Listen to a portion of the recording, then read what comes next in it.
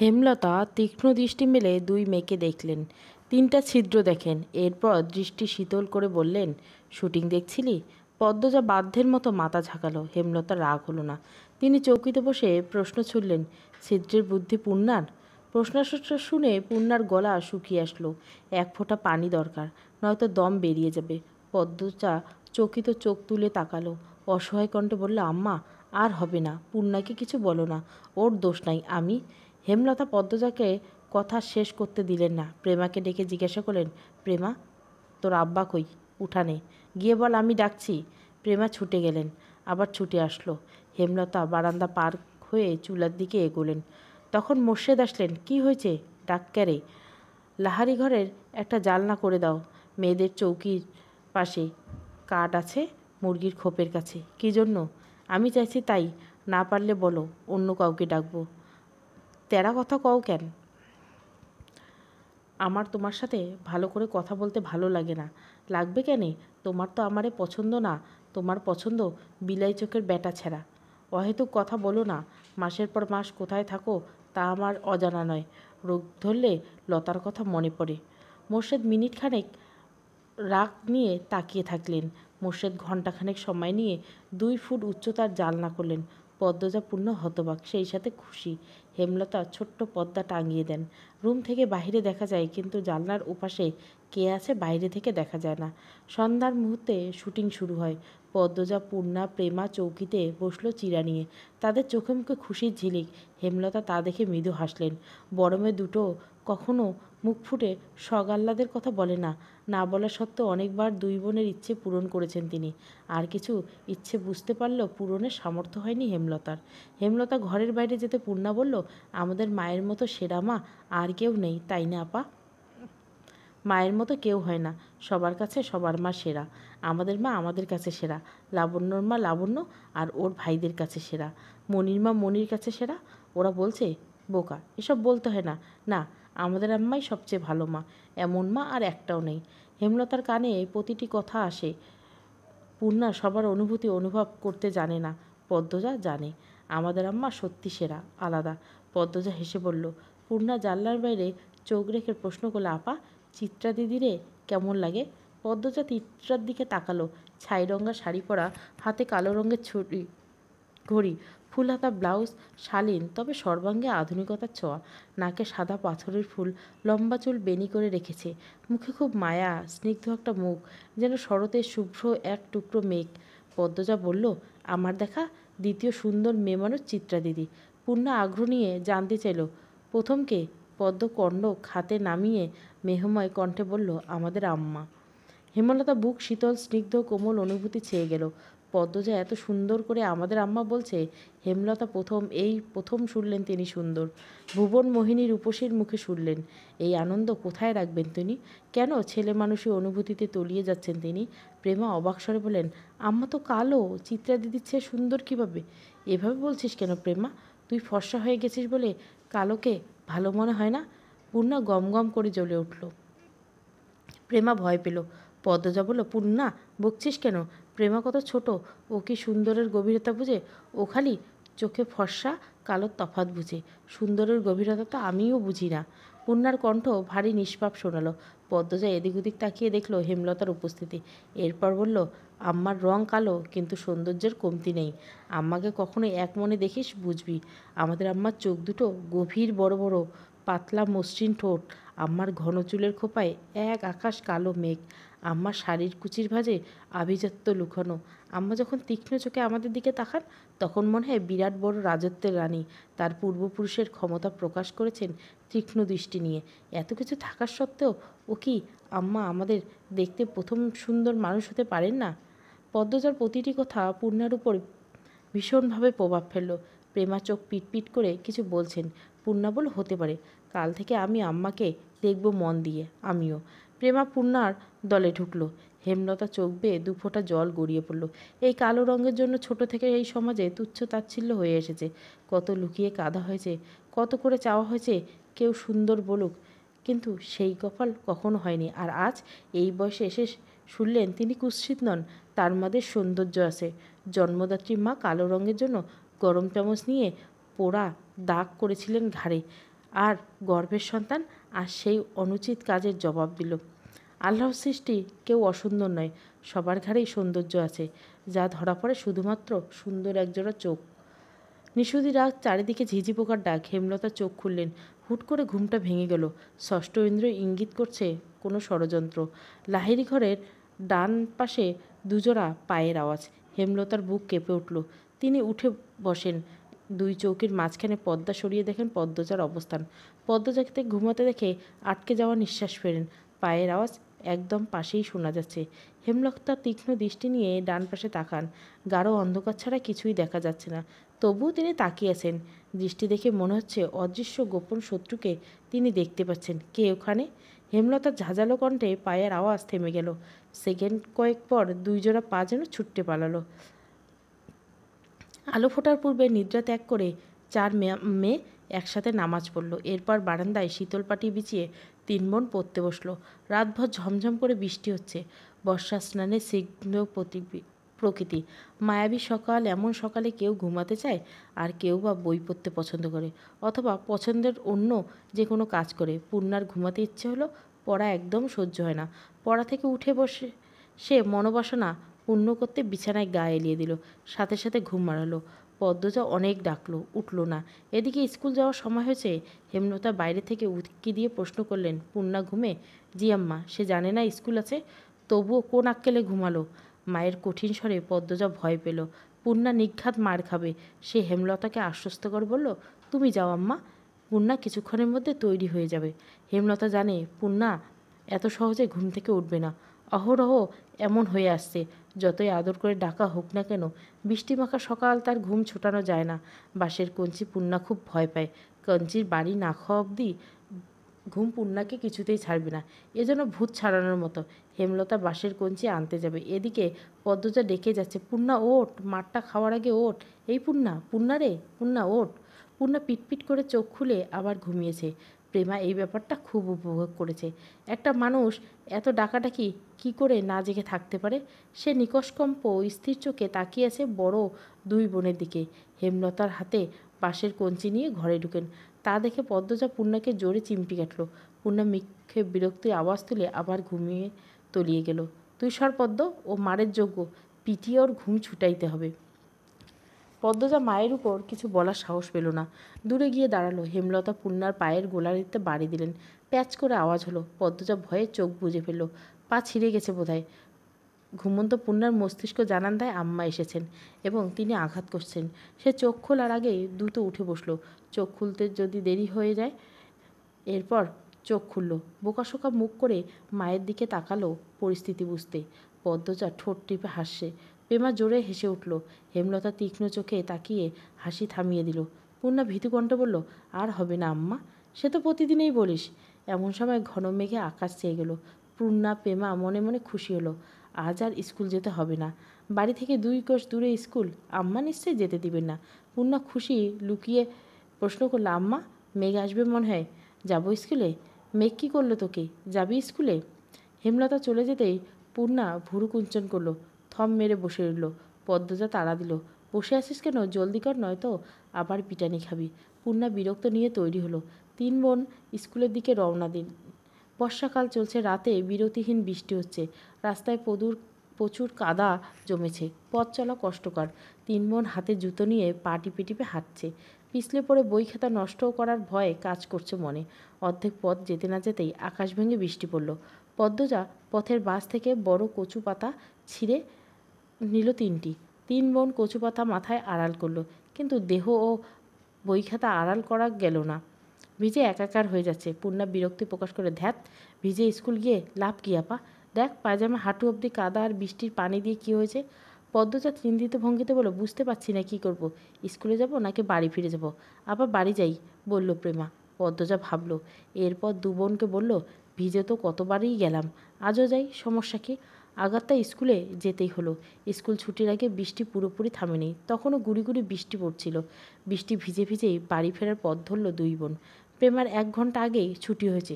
পদ্মজা নিচু কণ্ঠে জিজ্ঞাসা করলো, আব্বা আসছিল স্কুলে? হ্যাঁ আসছিল, প্রেমারে নিয়ে গেছে। তোর সাথে তো দেখা করলো। পদ্মজার গলাটা করুণ শোনালো। পূর্ণার মন খারাপ হয়। আব্বা কেন? তার এত ভালো আপাকে ভালোবাসেন না? পূর্ণা, পড়ে যাবি, সাবধানে হাঁট। পদ্মজা সাবধানবাণী দিতে দিতে পূর্ণা ধপাস করে কাদামাটিতে পড়ল। পদ্মজা আঁতকে উঠল। পূর্ণা পা নিমেষে ব্যথা টান টান করে উঠল। পদ্মজা পূর্ণাকে তোলার চেষ্টা করছে। পদ্মজাকে আঁকড়ে ধরে উঠতেও পারছে না পূর্ণা। কাঁদো কাঁদো হয়ে পদ্মজাকে বলল, আপা, পা ভেঙে গেল মনে হয়। কি ব্যথা করছে? মচকেছে বোধ হয়। ঠিক আছে, হয়ে যাবে, ওঠার চেষ্টা কর, আমার গলা ধরে চেষ্টা কর। গ্রামের পথ, গুড়ি গুড়ি বৃষ্টি, পথে কেউ নেই। গৃহস্থরা ভাত ঘুম দিয়েছে। সামনে বিলে থই থই জল, তার পাশে ক্ষেত, ডানে বামে কাদামাটির পথ, পিছনে ঝোপঝাড়। পদ্মজা সাহায্য করার মতো আশেপাশে কাউকে দেখতে পেল না। পূর্ণ পা সোজা করার শক্তি পাচ্ছে না। পায়ে প্রচণ্ড ব্যথা, ঠোঁট কামড়ে কাঁদছে সে। পদ্মজা না পারছে পূর্ণাকে তুলতে, না পারছে পূর্ণার কান্না সহ্য করতে। সে মনে মনে আল্লাহর কাছে সাহায্য প্রার্থনা করছে। পদ্মজার উৎসাহে পূর্ণা মনকে শক্ত করে পায়ের পাতা মাটিতে ফেলল। সাথে সাথে শরীরে ব্যথার বিজলি চমকালো। আপারে, পারছি না, আমার পা শেষ, মরে যাব আমি। এমন বলিস না, মায়ের ব্যথার কেউ মরে না। আহত পা ফুলে 2 ইঞ্চি উঁচু হয়ে গেছে। তা দেখে আতঙ্কে পদ্মজার চোখ মুখ নীল হয়ে যাবে। তার কান্না পাচ্ছে খুব। পদ্মজা পূর্ণার পায়ে আলতো করে চাপ দিতে পূর্ণা চেঁচিয়ে উঠল, একটু সাবধানে হাঁটলে কি হতো? ইস, এখন কি কষ্টটা হচ্ছে। আপা, পা ব্যথা খেয়ে নিচ্ছে। পদ্মজা খুব কাছে পায়ের শব্দ পেল। চকিত চোখ তুলে ক্ষেতের দিকে তাকালো। মুহূর্তে ঠোঁটে হাসি ফুটল। সে পূর্ণাকে বলল, পূর্ণা রে, আম্মা আসছে। হেমলতাকে দেখে পূর্ণার কলিজায় পানি এলো। মনে হলো মাকে দেখে ব্যথা অনেকটাই কমেছে। হেমলতা ছুটে আসেন, পূর্ণার মাথায় হাত বুলিয়ে বলেন, কিচ্ছু হয়নি, এসব সামান্য ব্যাপার। এরপর পদ্মজাকে বলেন, তুই বইগুলো নে। হেমলতা এদিকে সেলাই করার কাপড় দিতে এসেছিল। যার কাপড় ছিল সে অসুস্থ, তাই যেতে পারছিল না। বাড়িতে কোনো কাজে মন টিকছিল না, তাই ছাতা নিয়ে বেরিয়ে পড়েন। ঘরে চুপচাপ বসে থাকার চেয়ে একটা মানুষকে সাহায্য করা ভালো। ফেরার পথে তিনি দূর থেকে দেখতে পেলেন 2টো মেয়েকে। একটা মেয়ে পথে বসে আছে, আর একটা মেয়ে পাশে। বিপর্যস্ত অবস্থা তাদের। মেয়ে দুটোকে চিনতে পেরে বুক কেঁপে উঠল। পথ দিয়ে আসলে দেরি হতো, তাই তিনি ক্ষেতের পথ ধরে আসলেন। পূর্ণার ব্যথায় যেন নিঃশ্বাস নেওয়ার শক্তি পাচ্ছে না। একটা ভ্যান পাওয়া গেলে খুব উপকার হতো। 2 মিনিট মাথায় ভ্যানের দেখা মিলল। অনেক দূরে ভ্যানের অবস্থান। ভ্যানে চিত্রা, লিখনসহ আরও 2জন। তারা মাতব্বরের বাড়িতে গিয়েছিল। যখন কাছাকাছি ভ্যানের অবস্থান, তখন চিত্রা পদ্মজা তার মা বোনকে দেখল। উদ্বিগ্নতা নিয়ে ভ্যান থামালো। লিখনের নজরে ব্যাপারটা আসতেই সে তাড়াহুড়ো করে ভ্যান থেকে নামল। চিত্রা আগে আগে এগিয়ে আসে, চোখ মুখে আতঙ্ক নিয়ে বলল, পূর্ণার কী হয়েছে? পদ্মজা বলল, কাদায় পড়ে পা মচকেছে। হেমলতা, চিত্রা, পদ্মজা এবং পূর্ণাকে তুলে নিয়ে লিখনসহ 2জন সহকর্মী ভ্যান ছেড়ে দিল। তারা হেঁটে ফিরবে। পা ব্যথা অনেকটা কম লাগছে। 2টি বালিশের উপর পা রাখা। ব্রেস নেই বিধায় ব্রেসের মতো কাপড় বেঁধে দিয়েছে হেমলতা। যা ব্যথা পেয়েছে, কয়দিন বোধহয় স্বাভাবিকভাবে হাঁটতে পারবে না। হেমলতা মুখ তুলে খাইয়ে দিলেন। এরপর বললেন, এবার খুশি? স্কুল যেতে হবে না, কাজ করতে হবে না, সকালে উঠে পড়তে বসতে হবে না। পূর্ণা রাজ্যের দুঃখ নিয়ে বলল, সবই ঠিক আছে, কিন্তু এখন আমি টিভি দেখতে যাব কি করে? কোনো সাড়া না পেয়ে পূর্ণা বুঝতে পারল সে মুখ ফসকে ভুল জায়গায় ভুল কথা বলে ফেলেছে। সে বিব্রত হয়ে উঠল, ঢোক গিলল। এরপর কাচুমচু হয়ে মিইয়ে যাওয়া গলায় বলল, মোটেও খুশি হয়নি। বিকেলে মগা এসে জানালো মুন্নার বাপ খুন হয়েছে। কথাটা শোনার সাথে সাথে উপস্থিত সকলের মাথায় যেন বজ্রপাত পড়ল। পঙ্গু, ভিক্ষুক, অসহায় মানুষকে কে মারল? এমন মানুষের শত্রু থাকে? এমন শত্রু যে একদম মেরেই ফেলল? হেমলতা শ্বাসরুদ্ধকর কণ্ঠে প্রশ্ন শুনলেন, কখন? মগা বলল, দুপুরের কথা। দুপুর 2টো কি 3টায় গ্রামবাসী জানতে পারে ওই ঘটনা। আস্তে আস্তে সব খবর যাচ্ছে। লাশ নোয়াপাড়ার ধান খেতে পাওয়া গেছে। মুন্নার আত্মীয় বলতে কেউ নেই। দুঃসম্পর্কে যারা আছে তারা মুন্নার দায়িত্ব নিতে চাইল না। মাতব্বররা মুন্নার ভার নিতে চেয়েছিল, কিন্তু মুন্না পদ্মজাদের বাড়িতে থাকতে চায়। হেমলতা সানন্দে নিয়ে আসলেন মুন্নাকে। এখন থেকে মুন্না এই বাড়ির ছেলে। পদ্মজা, পূর্ণা খুব খুশি হলো। খুশি হলো না প্রেমা? মুন্না প্রেমা সমবয়সী। প্রেমা ভাবছে তার আদরের ভাগ বসাতে মুন্না এসেছে। হেমলতা ব্যাপারটি বুঝতে পেরেছেন। পদ্মজাকে বললেন, প্রেমার পছন্দ হচ্ছে না মুন্নাকে। 2জনের মধ্যে সখ্যতা করে দিস, যাতে একজন আরেকজনকে আপন চোখে দেখে। পদ্মজা আশ্বস্ত করে বলল, কয়েকদিনে মিশে যাবে 2জন। পূর্ণার ব্যথায় ঘুমাতে পারছে না প্রেমা। মুন্না ঘুমে। মুন্না খুব কেঁদেছে। এখন ক্লান্ত হয়ে বেঘরে ঘুমাচ্ছে। রাত তো কম হলো না। পূর্ণা মা বোনের বৈঠক দেখে বলল, আম্মা, মুন্নার নতুন নাম রাখা উচিত। কেন? এখন থেকে মুন্না আমাদের ভাই, আমাদের নাম প দিয়ে। তাহলে ওর নাম প দিয়ে হবে, তাই না আম্মা? হেমলতা হেসে বললেন, তুই নাম রাখ তাহলে। রাখছি তো, প্রান্ত মোড়ল। মুন্নাকে জানা সকালে, রাজি হলে এরপর সবাই না হয় ডাকবো। রাজি হবে না মানে? পিটিয়ে রাজি করাবো। হেমলতা মৃদু হাসলেন। পূর্ণ অসুস্থ হলে খুব কথা বলে, মুখ বন্ধ রাখতেই পারে না। অনেক বছর আগের ঘটনা বা কয়েক বছর পর কী হবে তা নিয়ে অনবরত কথা বলতে থাকেন। গহীন অন্ধকার, আজ বোধহয় অমাবস্যা। হেমলতা কালো চাদরের আবরণে ঘাপটি মেরে বারান্দায় বসে আছেন, হাতের কাছে ছুরি লাঠি। গত 3 দিন ধরে তিনি ঘরের পাশে পায়ের আওয়াজ পাচ্ছেন। তখন ঘরে মোর্শেদ ছিল, একজন পুরুষ ছিল, বুকে সাহস ছিল। আজ মোর্শেদ নাই। মুন্নাকে বাড়িতে আনাতে তিনি ঝগড়া করে বাড়ি ছেড়েছেন। কবে ফিরবেন ঠিক নেই। আজ কিছুতেই ঘুমানো যাবে না। হাতে নাতে সন্দেহকারীকে ধরে এই বিপদ থেকে মুক্ত হতে হবে। কিন্তু কিছুক্ষণ হলো কেউ আসছে না। চোখ বুজে আসছে হেমলতার। সারাদিন অনেক খাটনি গেল। কাদামাটির ছপছপ শব্দ তুলে কেউ আসছে। হেমলতা সতর্ক হয়ে ওঠেন। শক্ত হাতে লাঠি ও ছুরি ধরেন। পায়ের শব্দটা কাছে আসতেই তিনি বেরিয়ে আসেন। অন্ধকার, পরিষ্কার নয় মুখ। আন্দাজে ছুরি মারেন হাতের লাঠিটা বেশ ভালোভাবেই পড়ল সামনের জনের উপর। পিছনের জন দৌড়ে পারল। লোকটি আর্তনাদ করে বসে পড়ল মাটিতে। পরক্ষণে পালানোর চেষ্টা করলো, কিন্তু পারল না হেমলতার জন্য। হেমলতা দ্বিতীয় লাঠির দ্বারা আবার আঘাত করলো। তার তীক্ষ্ণ দৃষ্টি স্থির। আহত ব্যক্তির আত্মচিৎকার শুনে বাড়ির ভেতর থেকে ছুটে আসেন সবাই। টর্চের আলোতে চারিদিকে আলোকিত হয়ে উঠল। হেমলতা স্বাভাবিক ভঙ্গি নিয়ে দাঁড়িয়ে আছেন। তিনি যেন জানতেন এই লোকেরই আসার কথা ছিল। শুটিংয়ের দলকে তিনি আজই বের করবেন। তবে শান্তি। পদ্মজা, মুন্না, প্রেমা বেরিয়ে আসেন। পূর্ণা ঘরেই ছিল। পদ্মজা ডিরেক্ট আব্দুল জাহেদকে দেখে চমকালেন। তখন কোত্থেকে আগমন ঘটল মোর্শেদের। আবুল জাহেদকে আহত অবস্থায় দেখে সবাই চমকে উঠল। কপাল বেয়ে তার রক্ত ঝরছে। একজন দৌড়ে গেল বাড়ির ভেতরে ফার্স্ট এড বক্স আনতে। লিখন কিছু সময়ের জন্য থমকালো।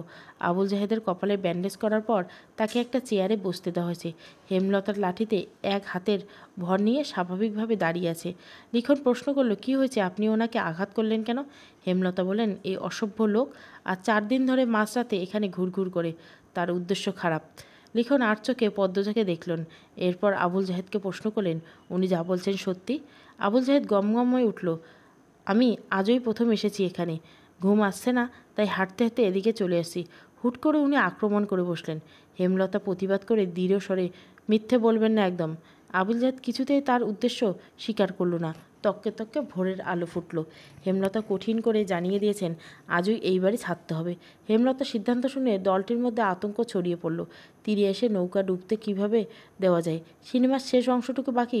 শর্ত অনুযায়ী আরও 10 দিন। দলের একজন বয়স্ক অভিনেতা এই সিদ্ধান্তের প্রতিবাদ করল। হেমলতা জবাব দিলেন, আমার 3টি মেয়ের নিরাপত্তা দিতে পারবেন? একটা পুরুষ মানুষ রাতের আধারে যুবতী মেয়েদের ঘরের পাশ দিয়ে ঘুরঘুর করবে কেন? কিসের ভিত্তিতে? হেমলতা সবাইকে এড়িয়ে লাহারি ঘরে ঢুকলেন। এদের সাথে তর্ক করে শুধু সময় নষ্ট হবে। আবুল জাহেদের ধূর্ত চাহনি তার নজরে এসেছে বারংবার। প্রথম রাতে পায়ের আওয়াজ শুনে চিনতে পারেননি। এর পরদিন সন্দেহ তালিকায় থাকা 4-5 জনকে অনুসরণ করে তিনি নিশ্চিত হন, রাতে কে লাহিড়ী ঘরের পাশে হেঁটছিল। লাহিড়ী ঘরের ডান পাশে তুষের স্তূপ, পলিথিন কাগজ দিয়ে ঢাকা। অসাবধানতাবশে আবুল জাহেদ কাদা পাখা জুতো তুষের স্তূপে পড়ে যায়, ফলে জুতোয় তুষ লেগে যায়। এরপর হেমলতার বাড়ির বারান্দায় জুতো জোড়া দেখতে পান। তুষ বাড়ির আর কোথাও নেই। তিনি ব্যস্ত হয়ে তুষের স্তূপের কাছে এসে দেখেন একজোড়া জুতোর ছাপ। সেই জুতো যখন আবুল জাহেদ পরল, তিনি পুরোপুরিভাবে নিশ্চিত হলেন। শুটিংয়ের দলের মধ্যে একটা হাহাকার লেগে গেল। বেশ কিছুক্ষণ নিজেদের মধ্যে আলোচনা করলো। এরপর সবাই মোর্শেদকে ধরল। বিনিময়ে তারা আরও টাকা দিতে রাজি হইল। হেমলতার ধমকের ভারে তখন চুপ হয়ে গেল। টাকার কথা শুনে মোর্শেদের চোখ দুটো জলজল করে উঠল। ঘরে এসে হেমলতার সাথে ধুন্ধুমার ঝগড়া লাগিয়ে দিলেন। হেমলতা কিছুতেই রাজি হননি। শেষ অবধি তিনি নিজের সিদ্ধান্তে অনড় থাকতে পারলেন না। দলের কিছু ভালো মানুষের অনুরোধ ফেলতে গিয়ে তিনি অস্বস্তি বোধ করলেন। 10 দিনের বদলে 5 দিনের সময় নেন। হেমলতা স্বস্তিতে নিঃশ্বাস ফেলল। ভাগ্যিস কোনো ঘটনা ঘটার আগে ব্যাপারটা খোলাসা হয়েছে। বেশ গরম পড়েছে আজ। মুন্নাকে পাশে নিয়ে পদ্মজা পটিতে বসে আছে। মনোযোগ দিয়ে মুন্নাকে শেখাচ্ছে কাকে কি ডাকতে হবে। আমায় ডাকবি বড় আপা, পূর্ণাকে ছোট আপা, আর প্রেমা তো তোর সমান, তাই প্রেমা ডাকবি। দুজনে মিলেমিশে থাকবি, বুঝেছিস? হ্যাঁ বুঝেছি। আম্মাকে তুই আম্মা ডাকবি। আমাদের আব্বা আম্মা আজ থেকে তোর আম্মা আব্বা, বুঝেছিস? মুন্না বিজ্ঞ স্বরে বলল, হ্যাঁ বুঝেছি। হেমলতা রান্না রেখে উঠে আসলেন। মুন্নাকে বললেন, শুদ্ধ ভাষায় কথা বলবি, তোর পদ্ম আপা যেভাবে বলে। কইয়া মানে? পদ্মজা বললেন, কইয়া মানে না, বল। আচ্ছা বলবো। মুন্না বাধ্য ছেলের মতো হেসে বলল, আচ্ছা বলবো। হেমলতা হেসে চলে যান। মুন্না রুম থেকে মুন্নাকে ডাকলো, মুন্না। হ্যাঁ ছুটু আপা। পদ্মজা মুন্নার গালে আলতো করে থাপ্পড় দিয়ে বল যে জি ছোট আপা। মুন্না পদ্মজার মতোই করে বলল, জি ছোট আপা। পদ্মজা হাসলো। মুন্না মৃদু হেসে বলল, তোর নাম পাল্টাতে হবে। আমি তোর নতুন নাম রেখেছি। ক্যারা? নাম পাল্টাইলা ক্যারে? পদ্মজা কিছু বলার আগে মুন্না প্রশ্ন করলো, আচ্ছা এই কথাটা কেমনে কইতাম? পদ্মজা হেসে কপাল চাপড়। এই ছেলে তো আঞ্চলিক ভাষায় বুঁদ হয়ে আছে। মুন্না বলল, তুই এখন আমাদের ভাই, আমাদের নামের সাথে মিলিয়ে তোর নাম রাখা উচিত কি উচিত না? মুন্না দাঁত কেলিয়ে হেসে বলল, এই জন্য তোর নাম পাল্টাতে হবে। আজ থেকে তোর নাম প্রান্ত মোড়ল। সবাইকে বলবি এটা, মনে থাকবে? হ্যাঁ মনে রাখম। বল, আচ্ছা মনে থাকবে, আচ্ছা মনে রাখবো। দুপুর গড়াতে হাজরা এলো। সাথে নিয়ে এসেছে বানোয়াট গল্প আর বিলাপ। ইশারা ইঙ্গিত করে সে লাউ চাইছে। মোর্শেদ গতকাল সব লাউ বাজারে তুলেছে। গাছে আর একটি ছিল, ঘরে চিংড়ি মাছ আছে। প্রান্ত লাউ দিয়ে চিংড়ি খাবে বলে ইচ্ছে প্রকাশ করেছে। হেমলতা হাসি মুখে শেষ লাউটা নিয়ে এসেছেন। এখন আবার হাজরাও চাই। কেউ কিছু চাইলে হাতে থাকা সত্ত্বেও ফিরিয়ে দেন না হেমলতা। আজও দিলেন না। তিনি হাজরাকে হাসি মুখে লাউ দিলেন। হাজরা সন্তুষ্টি প্রকাশ করে চলে গেল। পদ্মজা মায়ের দিকে অসহায় চোখে তাকায়। প্রান্ত এই বাড়িতে এসে প্রথম যা চাইল তাই পেল না। মনের দিকে উপর নেতিবাচক প্রভাব পড়বে না তো? হেমলতা পদ্মজার দৃষ্টি বুঝে কিছু বললেন না। প্রান্তকে ডেকে কোলে বসান। ছেলেটাকে দেখতে বেশ লাগছে। দুপুরে তিনি গোসল করিয়েছেন, মনে হচ্ছে কোনো ময়লা স্তূপ পরিষ্কার করা হয়েছে। জন্মদাতার মৃত্যু প্রান্তের উপর বিন্দুমাত্র প্রভাব ফেলল না। এজন্য কেউ অবাক হয়নি। বাপ ছেলে শুধু রাতেই একসাথে থাকা হতো। অনেক রাত প্রান্ত একা থেকেছে। এটুকু ছেলে কত রাত ভয় নিয়ে কাটিয়েছে। হেমলতা আদুরে কণ্ঠে বললে, একটা গল্প শোনায়, শুনবি? হুনাও। পদ্মজা প্রান্তের ভাষা ভুল ধরিয়ে দিয়ে বলল, হুনাও না, বল শোনাও আম্মা। প্রান্ত মাথা কাত করে বলল। এরপর হেমলতা বলল, শোনাও আম্মা। আম্মা ডাকটা শুনে হেমলতার বুক বিশুদ্ধ ভালো লাগার ছোঁয়া লেগে গেল। তিনি কণ্ঠে ভালোবাসা ঢেলে দিলেন। আমাদের একদিন মরতে হবে তো জানিস? জান্নাত জাহান্নামের কথা কখনো বলেছে? প্রান্ত মাথা দুই পাশে নাড়ল। কেউ শোনায়নি। হেমলতা এমনটাই সন্দেহ করছিল। প্রান্ত এ সম্পর্কে জানে না। তিনি ধৈর্য নিয়ে সুন্দর করে জান্নাত জাহান্নামের বর্ণনা দিলেন। জান্নাতের বর্ণনা শুনে প্রান্তের চোখ দুটো জল করে উঠল। প্রশ্ন করল হাজারটা। হেমলতা জানায় সে জান্নাতে যেতে চায়, জাহান্নামে যেতে চায় না। হেমলতা বলল, আচ্ছা এখন গল্পটা বলি, মন দিয়ে শুনবি। প্রান্ত মাথা কাত করে হ্যাঁ সূচক সম্মতি দিল। হেমলতা বলতে শুরু করলেন, একজন মহিলা একা থাকতো বাড়িতে। না, দুটি ছেলে মেয়ে আছে, খুব ছোট, খুব আদরের তাদের। ছোট্ট একটা জায়গায় মাটির ঘর। ঘরের সামনে শখ করে একটা লাউ চারা লাগায়। লাউ গাছ বড় হয়, লাউ পাতা হয় অনেক। এই লাউ পাতা দিয়ে দিন চলে তার। কখনো সিদ্ধ করে খায়, নুন মরিচ পেলে শাক রেঁধে খায়। তো একদিন একজন ভিক্ষুক মহিলা আসে। ভিক্ষুক মহিলাটি খায় না 2 দিন ধরে। লাউ গাছে লাউ পাতা দেখে খেতে ইচ্ছে করে। লাউ গাছের মালিক যে মহিলা, তাকে ভিক্ষুক বলে লাউ পাতা দিতে, রেঁধে খাবে। খুব অনুনয় করে বলে। মহিলাটির মায়া হয়। ভিক্ষুক মহিলাকে কথা শোনাতে শোনাতে কয়েকটা লাউ পাতা ছিঁড়ে দেয়। তার কয়েকদিন পর লাউ গাছের যিনি মালিক তিনি মারা গেলেন। গ্রামবাসী সহ মসজিদে ইমাম মিলে দাফন করেছিল। বুঝছিস তো প্রান্ত? হ্যাঁ। প্রান্ত মনোযোগ দিয়ে শুনছে, খুব মনোযোগী শ্রোতা। হেমলতা বাকিটা শুরু করলেন। গ্রামের ইমাম একদিন স্বপ্নে দেখে যে মহিলাটিকে তিনি দাফন করেছেন তার চারপাশে আগুন দাউ দাউ করে জ্বলছে, কিন্তু তার গায়ে আজ অবধি লাগছে না। মহিলাটিকে ঘিরে রেখেছে লাউ পাতা, যার কারণে আগুন ছুঁতে পারছে না। ওই যে তিনি একজন ভিক্ষুককে নিজের একবেলা খাবারের লাউ পাতা দান করেছিলেন, সেই লাউ পাতা তাকে কবরের শাস্তি থেকে বাঁচিয়েছে। জাহান্নামের থেকে বাঁচতে আমাদেরকে অনেক ইবাদত করা উচিত, আর তার মধ্যে একটি হলো দান। সামর্থ্য অনুযায়ী দান করা উচিত, কাউকে ফিরিয়ে দেওয়া উচিত নয়। বোঝা গেছে? হ্যাঁ বুঝেছি। আমি দান করাম। করবি, অনেক বড় হবি জীবনে, আর অনেক দান খয়রাত করবি। আচ্ছা প্রান্ত, এখন যদি কোনো অভাবী এসে বলে তোর লাউটা দিতে, তুই কি করবি? প্রান্ত গম্ভীর হয়ে ভাবে, এরপর বলে, দিয়ে দিলাম। একটু আগে একজন মহিলা আসছিল না, দেখছিস তো? হ্যাঁ দেখেছি। সে খুব গরিব, বাড়িতে বাচ্চা আচ্ছা ছোট এসে বলল লাউ দিতে, তাই তোর লাউটা দিয়ে দিয়েছি। এজন্য কি এখন তোর মন খারাপ? লাউটা তুমি দিছো, তাইলে আমার আগুন থেকে বাঁচাইবো লাউটা। লাউটা আমি দিলেও তোর জন্যই ছিল। তুই এখন খুশি মনে মেনে নিলে লাউটা তোকে আগুন থেকে বাঁচাবে। হেমলতা কথায় প্রান্ত খুশি হয় খুব। পরপর খুব গম্ভীর করে প্রশ্ন করলো, একটা লাউ কেমনে বাঁচাইবে আমারে? প্রান্তর নিষ্পাপ কণ্ঠটার প্রশ্নটা শুনে হেমলতা, পদ্মজা, পূর্ণা হেসে উঠল।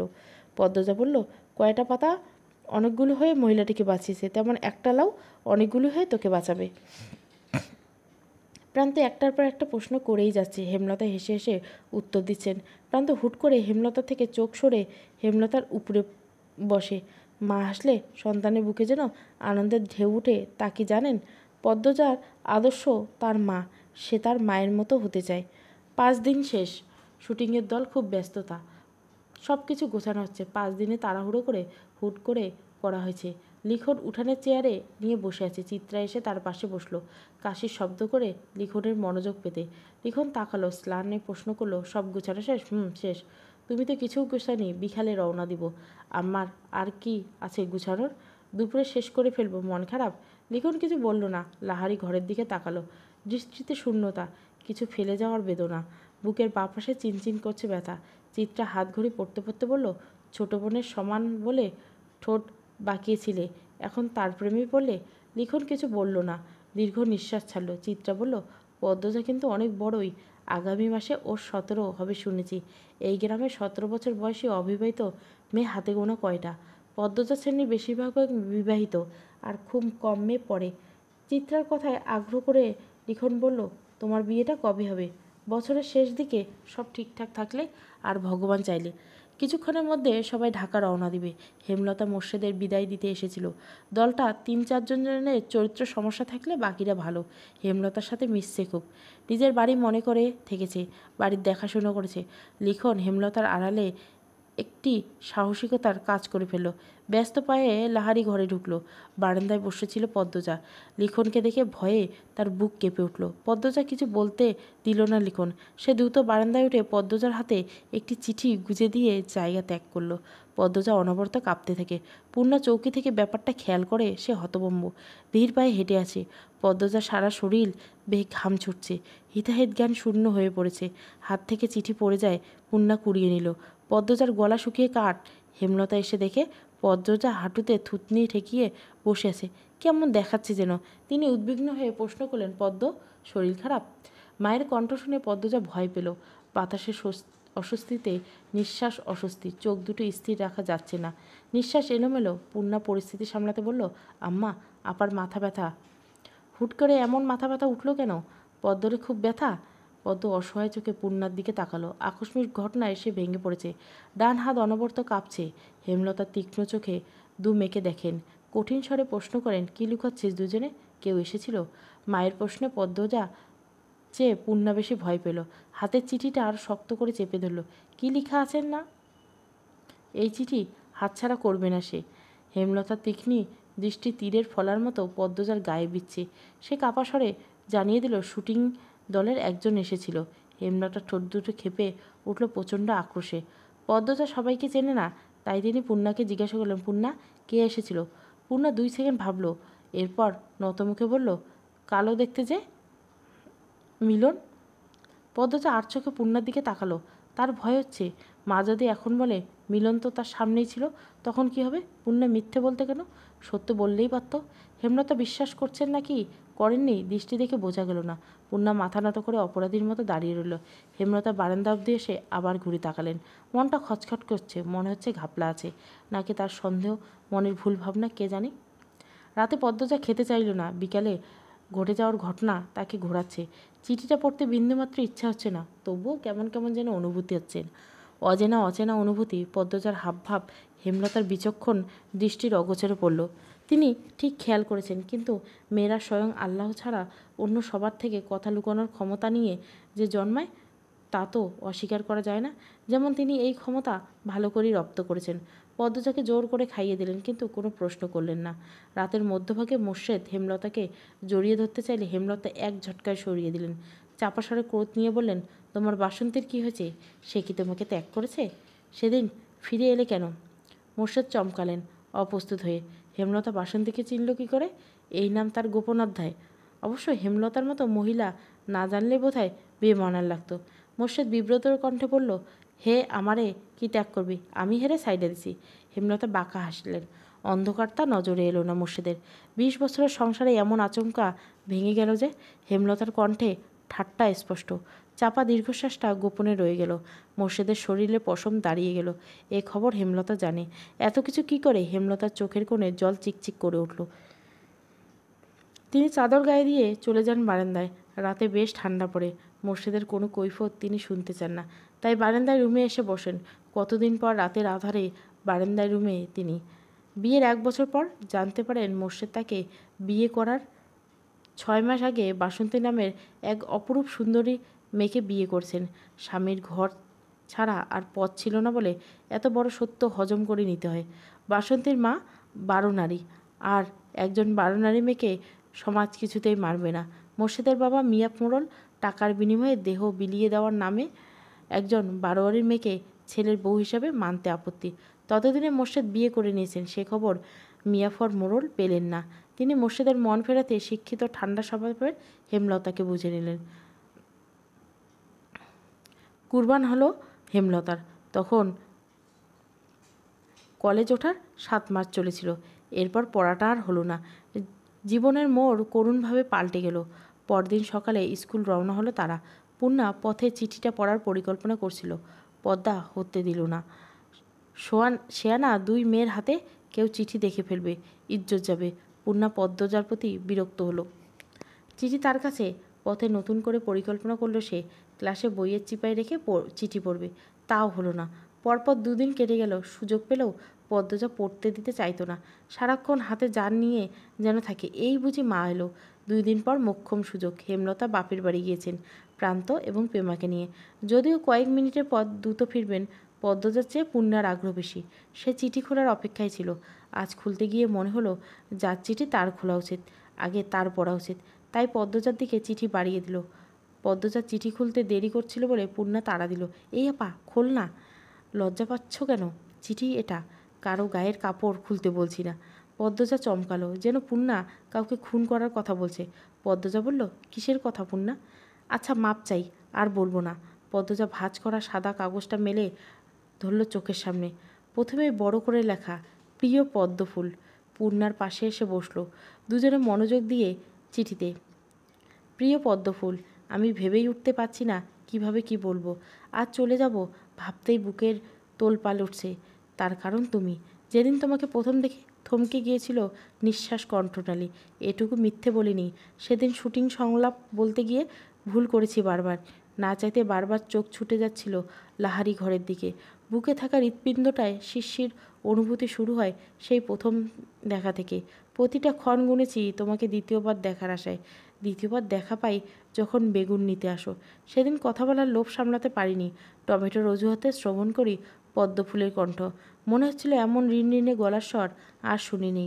রাতের ঘুম আড়ি করে বসে তোমায় প্রতিনিয়ত দেখার একমাত্র পন্থা তোমার স্কুল। সবার অগোচরে কতবার তোমার পিছু নিয়েছি। তুমি বোকা, ধরতে পারোনি একবারও। সুন্দরীরা বোকা হয়, আবার প্রমাণ হলো। এই রাগ করবে না বোকা বলছি বলে। জানতে পারি তোমার মায়ের ইচ্ছে তুমি অনেক পড়বে। অনেক উঁচু বংশ থেকে বিয়ের প্রস্তাব এসেছে, তাও তিনি ফিরিয়ে দিয়েছেন। সেখানে আমি অতি সামান্য, তবু সাহস করে তোমার বাবার কাছে বিয়ের প্রস্তাব দেই। পদ্মফুলটাকে যে আমার চাই। তিনি রাজি হননি।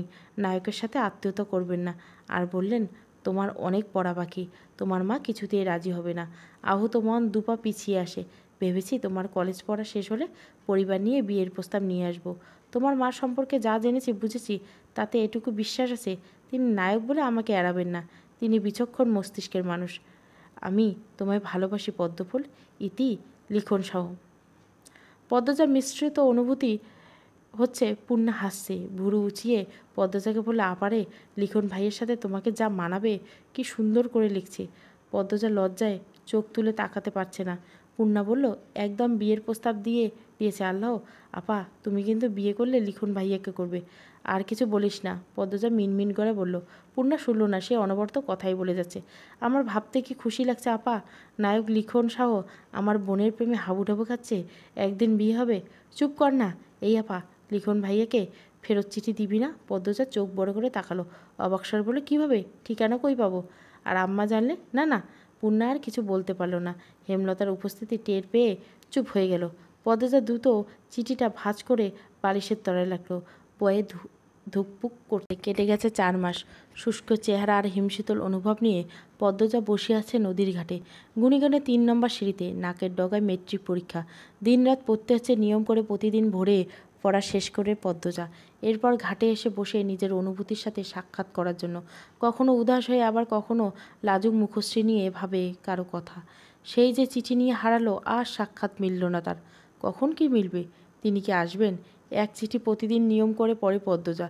ধীরে ধীরে অনুভব করে তার মধ্যে আছে অন্য আরেক সত্তা, যে সত্তা প্রতিটি মেয়ের অন্তঃস্থলে গভীরভাবে জেঁকে বসে থাকে ভালোবাসার অনুভূতি নিয়ে। পূর্ণা আসল শীতের চাদর মুড়ি দিয়ে 2 দিন আগে তার 8ম শ্রেণীর চূড়ান্ত পরীক্ষা শেষ হয়েছে। হিমেল আবহাওয়া, হাড় কাঁপানো শীতে পূর্ণা থেমে থেমে কাঁপছে। আপা। পদ্মজা তাকালো, মৃদু হেসে বলল, কি? পরপর আবার উৎকণ্ঠা নিয়ে বলল, আম্মা আবার অসুস্থ হয়ে পড়েছে। পূর্ণা পদ্মজার পাশ ঘেঁষে বলল, না, আমার কিছুই হয়নি। পদ্মজা হাঁপ ছেড়ে বলল, আম্মা সারাদিন সেলাইয়ের কাজ করে, এদিকে তাকিয়ে থাকে, এক জায়গায় বসে থাকে, এজন্য শরীর এত অশান্তি, দুর্বল হয়ে পড়েছে। আব্বারে বলিস আম্মারে নিয়ে সদরে যেতে।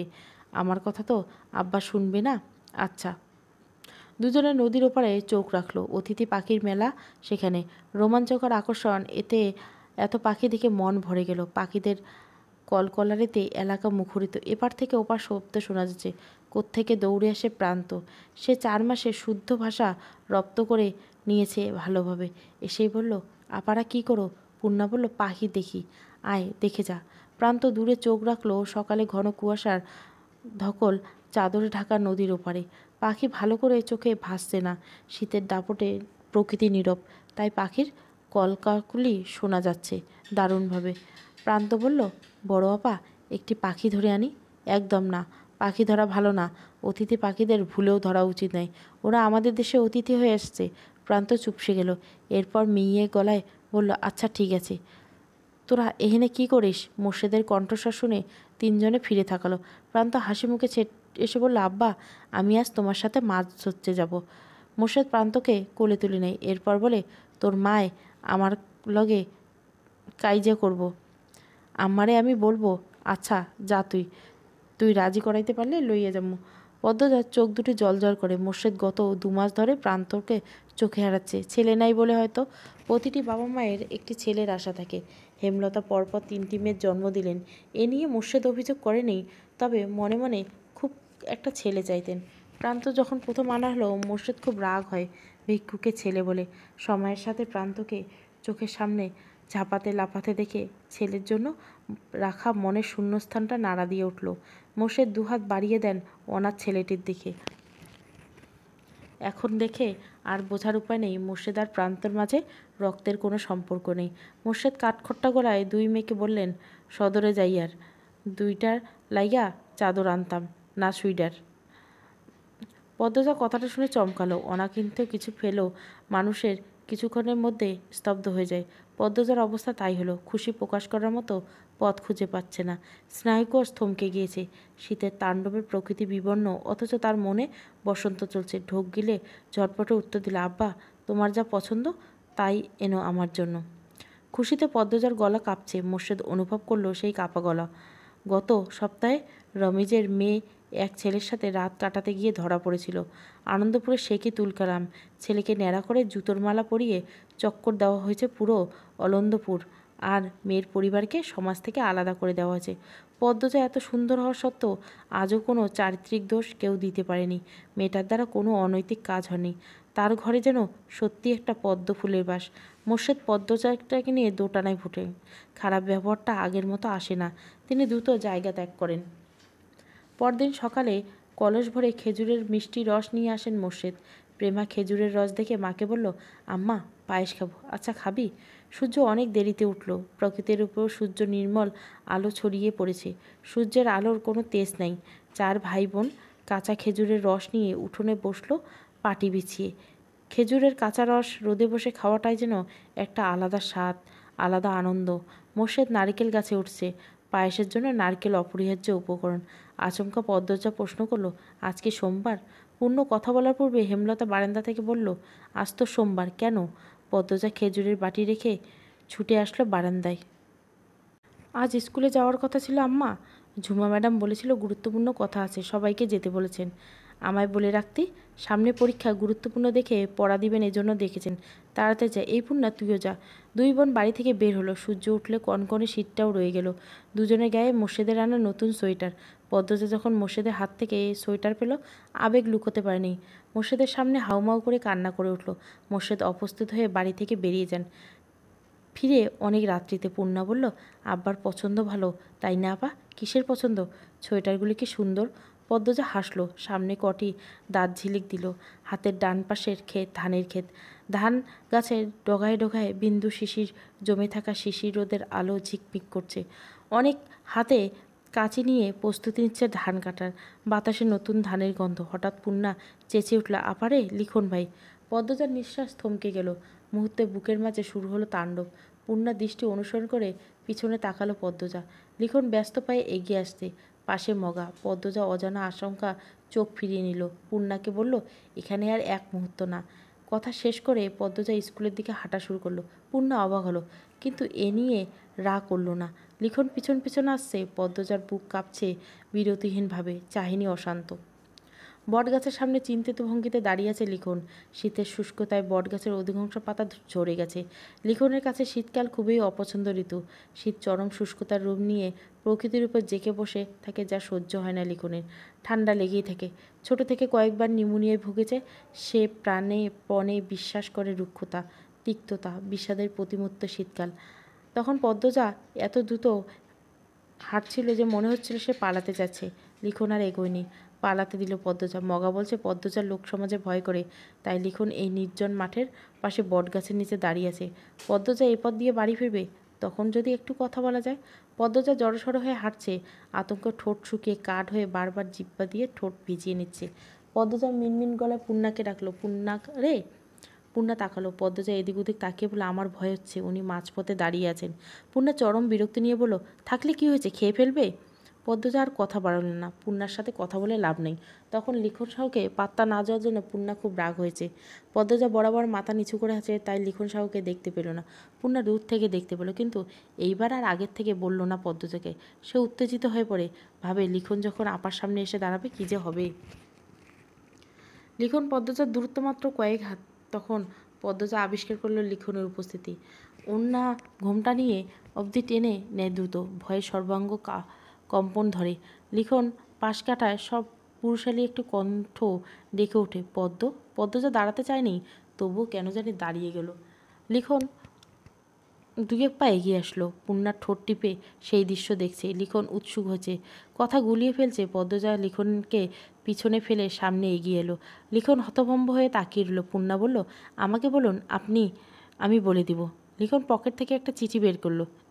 এরপর অনুরসরে বলল, দয়া করে তোমার বোনকে দিও, আমি কাল বিকেলে ঢাকা চলে যাব। পূর্ণা হাসি মুখে চিঠি নিল।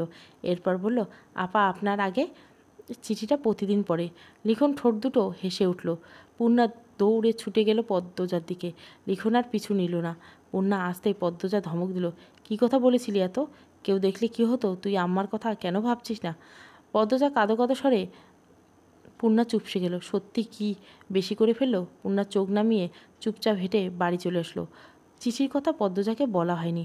গোধূলি বিকেল হেমলতা পদ্মজাকে ফরমাইশ দেন, পদ্ম, কয়েকটা টমেটো নিয়ে আয়।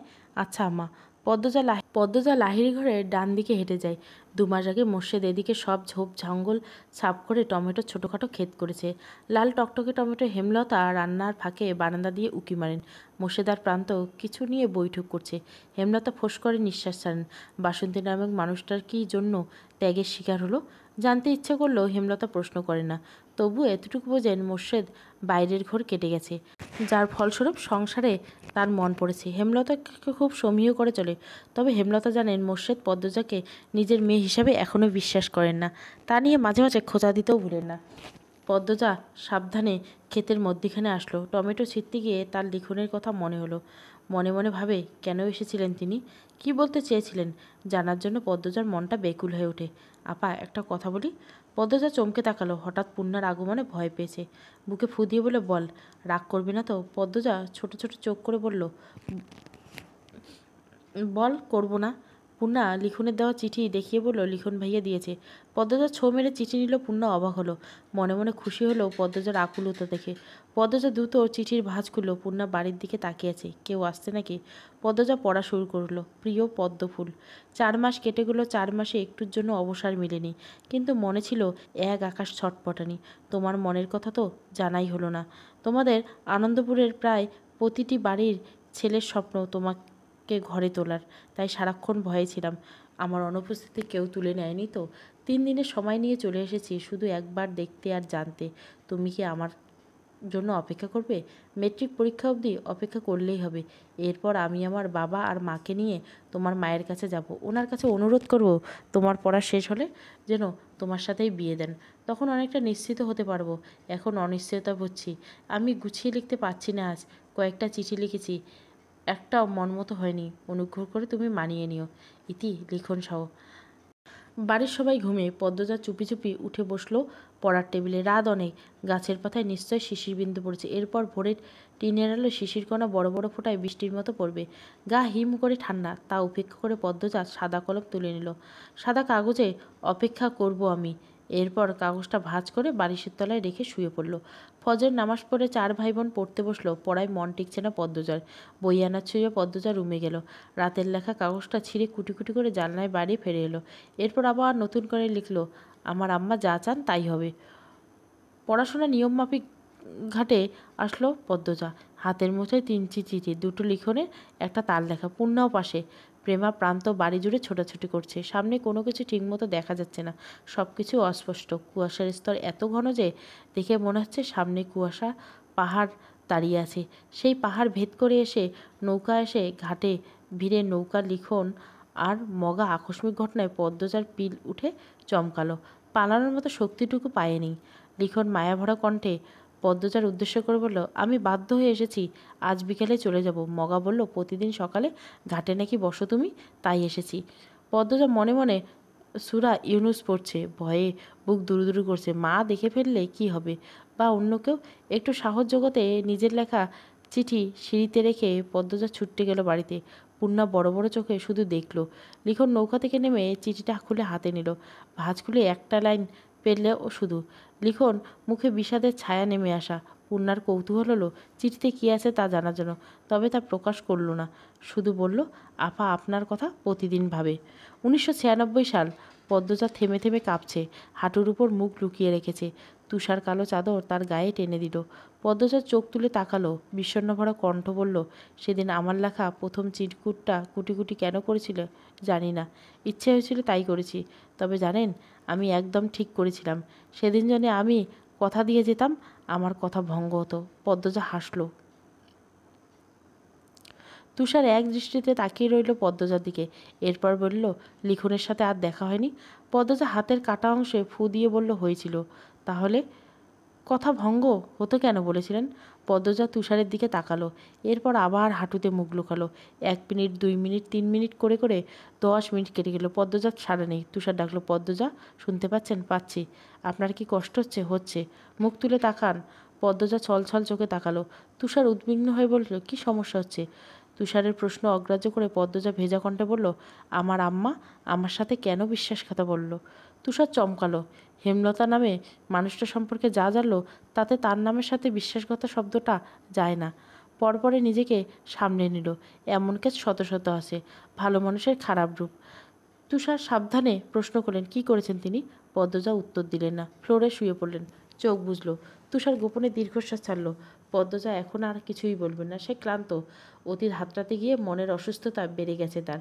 তুষার পদ্মজার মুখের দিকে তাকালো। আঁচল সরে গেছে বুক থেকে। চাদরের অংশ ফ্লোরে পড়ে আছে। তুষার চাদরটা টেনে দিতে গিয়ে আবিষ্কার করলো পদ্মজার গলায় কালো খয়েরির মিশ্রণের কয়েকটি দাগ, গলা টিপে ধরার দাগ। তুষার হুঙ্কার ছাড়লো ফাহিমাকে। ফাহিমা কাছেই ছিল, ছুট্টে আসলো। তুষার বলল, আপনি আসামির গলা টিপে ধরছেন? ফাহিমা চট করে বললেন, না স্যার, প্রথম থেকেই গলায় দাগ ছিল ওগুলো। প্রশ্ন করেছি। মেয়েটা উত্তর দিল না। তুষার কপাল ভাঁজ করে ফেলল। হাজারটা প্রশ্নে মাথা ভনভন করছে, মস্তিষ্কে শূন্য। পদ্মজা যতটুকু বলেছেন তার পরবর্তী 7 বছর কী হয়েছিল না জানা অবধি শান্তি মিলবে না। মাথা কাজ না করলে তুষার সিগারেট টানে, তাই বেরিয়ে গেল। বাড়ির গিন্নির মতো কোমরে ওড়না আঁচল গুজে রান্নাবান্না করছে পদ্মজা। হেমলতার কোমরের ব্যথা, তিনি রান্না করতে চাইলেও পদ্মজা রাঁধতে দিল না। মোর্শেদ বলল, বেদনা লইয়া রান্দা লাগবে না, তোমার মাইয়া যখন রাঁধতে পারে তো সে রান্ধুক। শেষ অবধি হেমলতার হার মারল। পদ্মজা মাটির চুলায় মুরগির মাংস রান্না করছে। খড়ি বা লাকড়ি হিসাবে আছে বাঁশের মুড়ো। আগুনের শিখার রং নীলচে। শীতের মাঝে রান্না করার শান্তি আলাদা। মুরগির মাংস রান্না হচ্ছে। আজ এতিম মিসকিন খাওয়ানো হবে। হেমলতা বলেন, সামর্থ্য থাকলে মাসে একবার হলেও এতিম মিসকিনদের খাওয়ানো উচিত, নয়তো ঘরে রহমত থাকে না। রান্না শেষ করে পদ্মজা হেমলতার কাছে এলো। বলল, আম্মা রান্না শেষ। শুকনো মুখ তুলে তাকালো হেমলতা। বললেন, তোর আব্বারে গিয়ে বল আলী, মুমিন, ময়না 3 জনের নিয়ে আসতে। পদ্মজা কিছু না বলে মাথা নিচু করে ফেলল। মোর্শেদের সাথে আগ বাড়িয়ে কথা বলতে তার ভয় হয়। অনেকদিন বাজে ব্যবহার করে না, হুট করে যদি করে ফেলেন কষ্ট হবে। হেমলতা মিছিও হাসলেন, বললেন, কিচ্ছু বলবে না, যা তুই। পদ্মজা দুর্বল গলায় বললেন, সত্যি যাব? হেমলতা মাথা সামনে ঝুঁকে ইঙ্গিত করেন যাওয়ার জন্য। পদ্মজা মোর্শেদকে উঠোনেই পেলেন। মোর্শেদ চেয়ারে বসে রোদ পোয়াচ্ছে। পদ্মজা গুটি গুটি পায়ে হেঁটে আসলেন। আব্বা ডাকতে গিয়েও গলা ধরে আসছে তার। ঢোক গিলে ডাকলো, আব্বা। মোর্শেদ তাকান। পদ্মজার মনে হলো বুকে কিছুটা ধপাস করে পড়ল। পদ্মজা স্থির করে মিনমিন গলায় বলল, আম্মা বলছে অলিদের নিয়ে আসতে। রান্ধন শেষ? জি আব্বা। মোর্শেদ গলায় গামছা বেঁধে বেরিয়ে যান। পদ্মজা মোর্শেদের যাওয়ার পানে তাকিয়ে থাকলো বেশ কিছুক্ষণ। অনুভূতি থমকে রেখেছে। পদ্মজার চোখ দুটো ঝাপসা হয়ে আসে। তাড়াতাড়ি ডান হাতের উল্টো পাশ দিয়ে চোখের জল মুছল। গাছ থেকে পাখির কিচিরমিচির শব্দ আসছে, সেদিকে তাকালো। তখনই হেমলতা বলল, পদ্ম। পদ্মজা ছুটে গেল। হন্তদন্ত হয়ে রুমে ঢুকে বলল, কিছু লাগবে আম্মা? না। পূর্ণা কোথায়? ঘাটে। কি করে? মাছ ধরে, বড়শি দিয়ে, জালি দিয়ে। এত বড় মেয়ে নদীতে নেমে জাল দিয়ে মাছ ধরে? আচ্ছা থাকুক, তুই আয়, বস আমার পাশে। পদ্মজা হেমলতার পায়ের কাছে বসলো, পায়ে হাত দিলে টিপে দেওয়ার জন্য। হেমলতা পা সরিয়ে নিতে নিতে বলল, লাগবে না। এরপর শাড়ির আঁচল দিয়ে পদ্মজার কপালের ঘাম মুছে দিলেন। বললেন, কোমরের ব্যথাটা কমে আসছে। তোর আব্বা কিছু বলছে? না আম্মা। আচ্ছা আম্মা, আব্বা এত পাল্টালো কী করে? হেমলতা মৃদু হাসেন, উদাস হয়ে টিনের দেওয়ালে তাকান। এরপর বলেন, তোর বাপ ভালো মানুষ শুনেছিলাম, কিন্তু বিয়ের পর তার ভালো মানুষই দেখিয়ে নিই ভুলেও। কারণ তার কানে মগজের মন্ত্র দেওয়া মানুষ ছিল, অন্যের নিয়ন্ত্রণ ছিল। এখন আর কেউ নিয়ন্ত্রণ করে না, তাই পাল্টাচ্ছে। তোর বাপের ব্যক্তিত্ব নাই, নিজের স্বকীয়তা নাই, অন্যের কথায় নাচে ভালো। শেষ কথাটা হেমলতা হেসে বললেন। পদ্মজা কিছু বলল না। হেমলতা শুয়ে পড়ল। আর সারাদিন বিশ্রাম নেবেন। আগামীকাল অনেক কাজ পড়েছে, অনেকগুলো কাপড় জমেছে। রূপ ক্ষণিকের স্থায়ী, গুণ চিরস্থায়ী। শেষ বয়সে এসে আব্বা বুঝেছেন। পদ্মজার শীতল কণ্ঠ এবং কথার তীরে হেমলতা ভীষণভাবে চমকালো। তিনি সেকেন্ড কয়েক কথা বলতে পারলেন না। পদ্মজা চলে যাওয়ার উপক্রম হলো। হেমলতা অবিশ্বাস্য স্বরে প্রশ্ন করলেন, এই খবর কোথায় শুনেছিস? পদ্মজা ঘাড় ঘুরে ফিরল, বলল, আমি তো তোমারই মেয়ে আম্মা। পদ্মজা চলে গেল, রেখে গেল হেমলতার অবিশ্বাস্য চায়নি। বিকেলবেলা হেমলতা ঘর থেকে বেরোন। শরীরে শান্তি এসেছে। পূর্ণা বরাবরই ভর্তা করেছিল। পাশে প্রেমা। পদ্মজাকে দেখা গেল। নিশ্চয় ঘাটে বসে আছে, প্রান্ত তো নাই। হেমলতাকে পূর্ণা জিজ্ঞাসা করলো, পূর্ণা, প্রান্ত কোথায়? পূর্ণা কয়েক সেকেন্ড ভাবলো কি উত্তর দিবে। এরপর ভয়ার্ত কণ্ঠে বলল, জানি না আম্মা। জানোস নাকি প্রেমা প্রান্ত কই? প্রেমা সহজ স্বরে বলল, আমি ঘাটে ছিলাম, প্রান্ত উঠানে ছিল, এরপর এসে দেখি নাই। হেমলতা গলা উঁচিয়ে বলল, কোন মুখে বলছিস জানিস না? একসাথে নিয়ে থাকতে পারিস না? একা ছাড়িস কেন? কোথায় গেছে ছেলেটা? পদ্মজা বাড়ির পিছন থেকে ছুটে আসলো। হেমলতার ধমক ঘাট অবধি শোনা গেছে। কী হয়েছে? প্রান্ত বাড়ি নেই।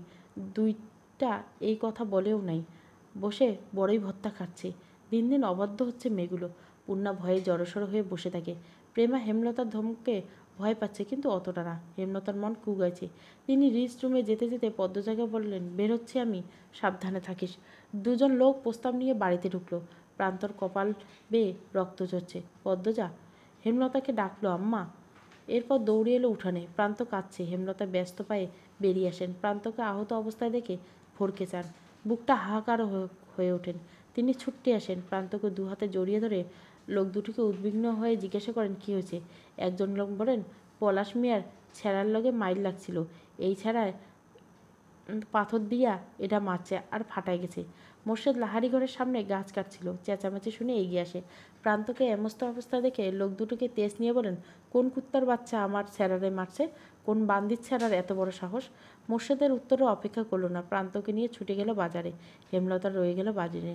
বাজারে হাট পড়ছে। মোর্শেদ হেমলতাকে নিষেধ করছেন সাথে যেতে। বাড়িতে থেকে হেমলতা হাঁসফাঁস করতে থাকেন। প্রান্ত একা বড় হয়েছে, কতবার কত রকম আঘাত পেয়েছে, দেখার কেউ ছিল না, তাই মিনমিনিয়ে কেঁদেছে। এমন বাচ্চা ছেলের এত বড় আঘাত পেয়ে চেঁচিয়ে কাঁদার কথা। কষ্ট তো আর কম পায়নি। দাঁতে দাঁত চেপে সহ্য করেছে। হেমলতা ভীষণ কষ্ট হচ্ছে। পদ্মজা ঘরে লুকিয়ে কাঁদছে। পূর্ণা পেমা বাড়ির বাইরে বারবার উঁকি দিয়ে দেখছে মোর্শেদ প্রান্তকে নিয়ে ফিরল নাকি। দেখতে দেখতে চলে এলো মেট্রিক পরীক্ষা। পরীক্ষা কেন্দ্র শহরে, যেতে লাগে 6 ঘন্টা। বাড়ি থেকে পরীক্ষা দেওয়া অসম্ভব। পরীক্ষা কেন্দ্রের পাশে মোর্শেদের মামার বাড়ি। মামা নেই, মামাতো ভাইয়েরা আছে। কথাবার্তা বলে সেখানে 1.5 মাসের জন্য হেমলতা আর পদ্মজা উঠল। মোর্শেদ বাকি 2 মেয়ে আর প্রান্তনিককে নিয়ে বাড়িতে রয়ে গেল। হেমলতা পদ্মজাকে নিয়ে আসার পূর্বে এসে দেখে গেছেন পরিবেশ কেমন। মোর্শেদের 2 মামাতো ভাইয়ের মধ্যে একজন রাজধানীতে থাকে, আরেকজনের বয়স হয়েছে অনেক। ছেলে মেয়ে বিয়ে দিয়ে বউ নিয়ে একাই থাকেন। ছেলেরা শহরে চাকরি করেন। পদ্মজার জন্য উপযুক্ত স্থান, তাই আর অমত করেননি। মোর্শেদের যে ভাইটির বাড়িতে আছে তার নাম আকবর হোসেন। 60 বয়সের একজন মানুষ। তবে আকবর হোসেনের স্ত্রী জয়নাব বয়সে খুব কম, হেমলতার বয়সী। হেমলতা আকবর হোসেনকে ভাইজান বলে সম্বোধন করেন। দালান বাড়ি, বেশিরভাগ সময় বিদ্যুৎ থাকে, ফলে পদ্মজা মন দিয়ে পড়তে পেরেছে। পরীক্ষাও ভালো দিচ্ছে। হেমলতা আকবর হোসেনের দৃষ্টি অনুসরণ করছে। শীতল প্রকৃতির লোক তিনি, নিশ্চিন্তে বিশ্বাসী লোক। রাতের খাবার আকবর হোসেনের সাথেই খেতে হয়। হেমলতা 1.5 মাসের খাওয়ার খরচ নিয়ে এসেছেন। আকবর হোসেন কিছুতেই আলাদা রাখতে দিবেন না। এভাবে অন্যের বোঝা হয়ে থাকতে হেমলতার আত্মসম্মান লাগে। তিনি কথায় কথায় জানতে পারেন আকবর হোসেন এবং জয়নাবের নকশিকাঁথা খুব পছন্দ, তাই তিনি নকশিকাঁথা সেলাই করছেন। যতদিন পদ্মজা পরীক্ষা দেন ততদিন হেমলতা কেন্দ্রের বাইরে কোথাও বসে বা দাঁড়িয়ে অপেক্ষা করেন। অনেক রাত অবধি পদ্মজা পড়ে। আজ অনেকক্ষণ ধরে সে কি ভাবছে হেমলতা ব্যাপারটা খেয়াল করেনি। পদ্মজা পাশে বসে জিজ্ঞাসা করছেন, পদ্ম, কি ভাবছিস? পদ্মজা এক নজর হেমলতাকে দেখে চোখ ফিরিয়ে নিল। হেমলতা তাকিয়ে আছে জানার জন্য। পদ্মজা দ্বিধা নিয়ে বলল, রাগ করবে না তো? হেমলতা পদ্মজাকে পরখ করে নিল। এরপর বলে, কি জানতে চাস? পদ্মজা এদিক ওদিক চোখ বুলায়। কীভাবে শুরু করবে বুঝে উঠতে পারতেছে না। 2 মিনিট পর নীরবতা ভেঙে বলল, দুপুর থেকে আমার না খুব জানতে ইচ্ছে করছে হানিম মামাকে কে মারল? তোমার সাথে মামার কি কথা হয়েছিল? হেমলতা কণ্ঠ স্বাভাবিক, তবুও পদ্মজা ভয় পেল। তবে কিঞ্চিত আশা মনে উকি দিচ্ছে। চারিদিকে একেবারে নিস্তব্ধ। দূর থেকে একটা আওয়াজ ভেসে আসলো, সঙ্গে হুইসলের শব্দ। গভীর রাতে ট্রেন ছুটে আসছে গন্তব্যের দিকে।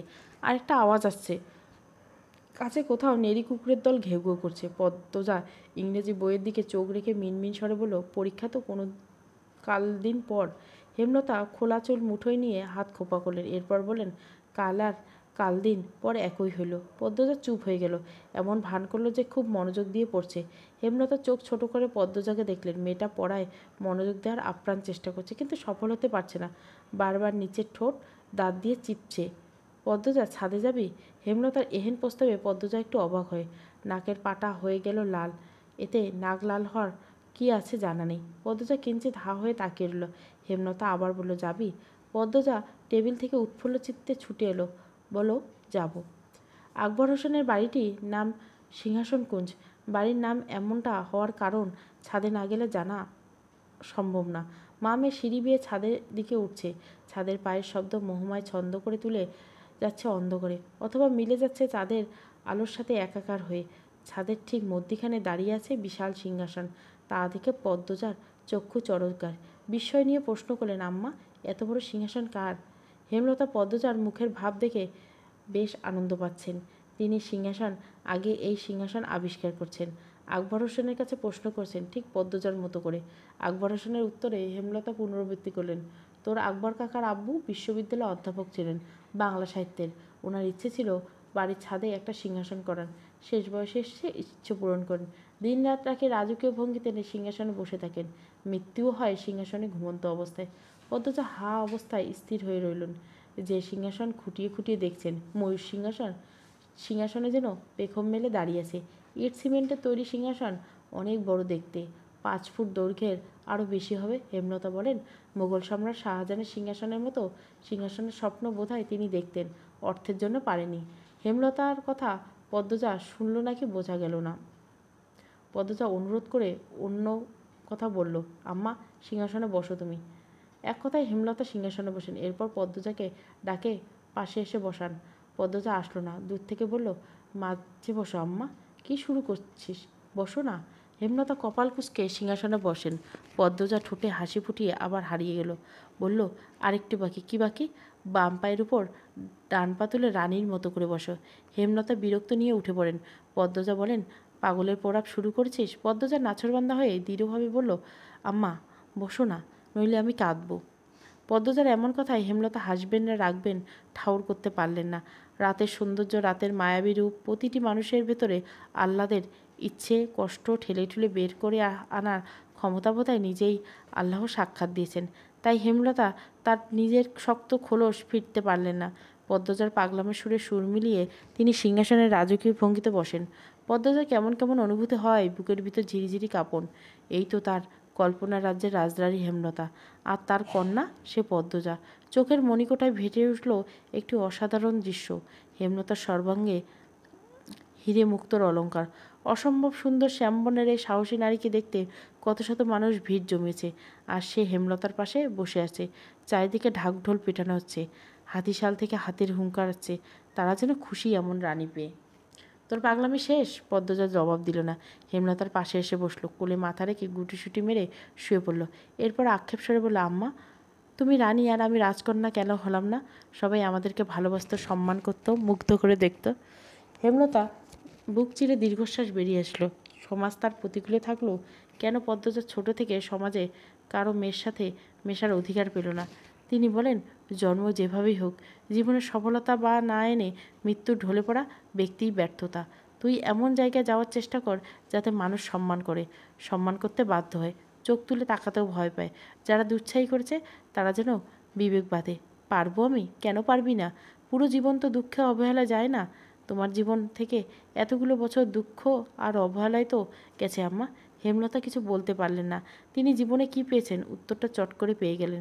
পদ্মজা বলেন, আমার মেয়ে তিনটি আমার সফলতা, আমার অহংকার। প্রেমা তো ছোট, তোরা দুজন নিজেদের মতো থাকিস, পড়িস, কোনো দুর্নাম নেই।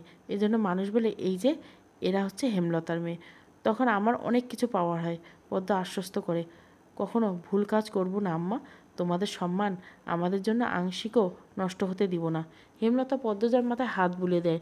নিস্তব্ধতা ভেঙে মাঝে মাঝে পাতার ফাঁকে ফাঁকে পাখপাখালি ডানা নাড়ার শব্দ ভেসে আসছে। পদ্মজা চোখ তুলে আকাশের দিকে তাকায়। আকাশের দিকে চাঁদ, অগণিত তারা।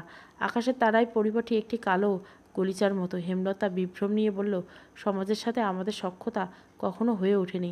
কালো রঙের দোষে প্রকৃতির মতিগতির অবস্থা দেখে আমার সময় কাটে। আব্বা শিক্ষক ছিলেন বলে কালো হয়ে পড়ার সুযোগ পাই। অবশ্য আব্বার সামর্থ্য ছিল, আমাদের সব ভাই বোনকে পড়িয়েছে। আম্মা আমাকে পড়াশোনাতে বেশি আগ্রহ দেখিয়েছিল। রং কালো, কেউ বিয়ে করবে না, একটু পড়ালেখা থাকলে হয়তো করবে সেই আশায়। যখন আমি তোর বয়সে ছিলাম, বড় আপার মেয়ে হয়। মেয়েটার গায়ের রং কালো, শ্বশুরবাড়িতে তুলকারাম কাণ্ড। বংশের সবাই ফর্সা, বাচ্চা কেন কালো হলো? আপাকে বের করে দিল। আপা বাপের বাড়ি ফিরল। সমাজে কত কটূক্তি, কত কথা হজম করেছে আপা। তখন আমি নামাজে দোয়ায় আকুতি করে চাইতাম একটা সুন্দর মেয়ে। আমার বিয়ে হলে মেয়েটা যেন পরীর মতো সুন্দর হয়, আমার মতো অবহেলার পাত্রী যেন না হয়, বড় আপার মতো কালো মেয়ে নিয়ে শ্বশুরবাড়িতে থেকে বিতাড়িত হতে যেন না হয়। তুই যখন পেটে, ইবাদত বাড়িয়ে দেই, 5 ওয়াক্ত নামাজ বাদে সময় পেলে সেজদায় লুটিয়ে আল্লাহকে একই কথা বলতাম, আমার পরীর মতো মেয়ে চাই। দোয়া কবুল হলো। তোর যেদিন জন্ম হয় সবাই অবাক শুধু তাকিয়েছিল। আমি তো খুশিতে কেঁদেছিলাম। এত সুন্দর এই বাচ্চা এই গ্রামে, পুরো দেশেই বোধহয় ছিল না। চোখের পাপড়ি যেন দ্রুত এসে ঠেকছিল। ঠোঁট এত লাল যেন ঠোঁট বেয়ে রক্ত ঝরছে। সদ্য জন্মানো শিশুর মাথা ভর্তি ঘন কালো রেশমি চুল। আনন্দপুরে সবার কাছে ছড়িয়ে পড়ে এই কথা। দল বেঁধে লোক দেখতে আসে। 1 সপ্তাহ বেশ তোড়জোড়। কি খুশি ছিলাম আমি, সারাক্ষণ তোকে চুমুতাম। রাতে ঘুমাতে ইচ্ছা করতো না, মনে হতো এই বুঝি আমার পরী মেয়ে চুরি হয়ে গেল। তোর আব্বা সারাক্ষণ খুশিতে বাকম বাকম করতো। বাইরে থেকে এসে গোসল ছাড়া কোলে নিত না, যখন কোলে নিত বারবার আমাকে বলতো, ও লতা ছেড়ি, মানুষ না শিমুল তুলা। হেমলতা থামেন, চোখ তার ছলছল। পদ্মজা বলে, তারপর? কেউ বা কারা ছড়িয়ে দিল তুই নাকি তোর বাপের মেয়ে না। যুক্তি দাঁড় করলো, বাপ মা কালো, মেয়ে এত সুন্দর হবে কেন? গ্রামের প্রায় সব মানুষ অশিক্ষিত, তাই বিবেচনা ছাড়াই বিশ্বাস করে নিল। হেমলতা চুপ হয়ে যান। পদ্মজা টের পেল হেমলতা কিছু একটা লুকাচ্ছেন। শুধু গ্রামের মানুষ বললেই এত বড় দাগ লেগে যায় না কপালে, অন্য কোনো কারণ আছে যা যুক্তি হিসাবে শক্ত ছিল। হেমলতা দম নিয়ে বলেন, একাই হয়ে যাই। তোর বাপ সরে গেল, সমাজ সরে গেল, আতুরি ঘরে একাই কাটাতে থাকি। তোকে দেখলে মনে হতো আল্লাহ নিজের কোনো মূল্যবান সম্পদ আমাকে দেখে রাখতেন। আমি হয়ে যাই। খোলসটা পাল্টে যেতে থাকে। রাত জেগে স্বপ্ন সাজাই, তোর সাথে ফুল কুড়ানোর স্বপ্ন, ফুল গাছ লাগাই। তোর 4 বছর হয়ে বাড়ি ভরে যায় ফুল গাছে। ছোট্ট শাড়ি পরিয়ে প্রতিদিন মা আমি মিলে ফুল তুলে মালা গেঁথেছি। নিশুতি রাখতে পোকা ছাদে জ্যোৎস্না পোহানো স্বপ্ন দেখি, আজ পূরণ হলো।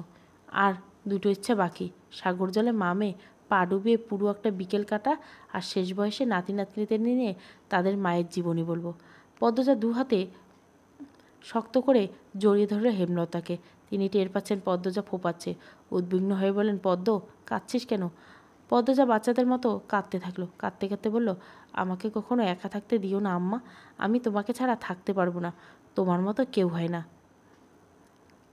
এজন্য কাঁদতে হয়। আমি সবসময় তোর সাথে আছি, কান্না থামা। কি মেয়ে হয়েছে দেখ, কেমন করে কাঁদছে। পদ্ম চুপ, আর না, মারবো এবার পদ্ম। পদ্মজা থামে, কিন্তু ছটপটানি হচ্ছে ভেতরে। কেন এমন হচ্ছে জানে না, কিন্তু হচ্ছে। কান্না পাচ্ছে। আকাশ ভরা রাতের দিকে তাকিয়ে ভয় হচ্ছে। একটু আগে সুন্দর লাগছিল এই আকাশ, আচমকা ভয়ঙ্কর মনে হচ্ছে। মায়ের কোল ছাড়তে ইচ্ছে হচ্ছে না, মনে হচ্ছে চারিদিকে অশরীরী ভাব। তাদের কোলাহলের মস্তিষ্কে ফেটে যাচ্ছে। পদ্মজা মায়ের কোলে মুখ লুকালো। পদ্ম, ঘুমিয়ে পড়ছিস না আম্মা? সেদিন মাঝরাত্রে ছুরি নিয়ে বের হয়েছিলাম। হানিফের ঘরটা আব্বা আম্মার ঘর থেকে দূরে হওয়াতে সুবিধা হলো। হানিফের ঘরের পাশ গিয়ে দেখি মদনও ঘরে। দুজনকে সামলানো সম্ভব নয় আমার পক্ষে, তাই অপেক্ষা করতে থাকি মদন কবে জাগে। এরপর আরেকজন লোক আসে, একটু দূরে সরে যাই। গোয়ালঘরটা পিছনে। মিনিট কয়েক পর উকি দিয়ে দেখি দরজা লাগানো, সারা শব্দ নেই। সাবধানে দরজা ছেড়ে ঘরে ঢুকে দেখি হারিম নেই। তখন হয়তো আম্মা দেখছে, তাই ভাবছে আমি খুন করছি। নানু কেন এমন ভাবলো? হানিম মামা তো তোমারই ভাই। হেমলতা তাৎক্ষণিক জবাব দিলেন না, সময় নিয়ে একটু গোপন সত্যি বললেন, আমি তোর নানুর ভাইকে খুন করেছি। তাই তিনি আমাকে ঘৃণা পান, ভয় পান, সন্দেহ করেন। হেমলতার কণ্ঠ স্বাভাবিক। পদ্মজার চোখে চমকে উঠলেন। মুখখানা হা অবস্থায় স্থির হয়ে গেল হেমলতার। দৃষ্টি থেমে গেল। হেমলতা পদ্মজাকে সামলিয়ে নিতে সময় দেন। দূরের আকাশে চোখ রাখেন। পদ্মজা নিজেকে ধাতস্থ করে নিয়ে বলল, তিনি কি হানিফ মামার মতোই ছিলেন? হেমলতা সম্মানিত মাথা নাড়ান। সিঁড়িতে কারো পায়ের আওয়াজ। হেমলতা সাবধান হয়ে যান, পদ্মজাকে আড়াল করে দাঁড়ান। কয়েক সেকেন্ড পর একটি ছেলের মুখ মিলল, অচেনা মুখ। হেমলতা আগে কখনো দেখেনি। ছেলেটি তাদেরকে দেখে ভড়কে গেল।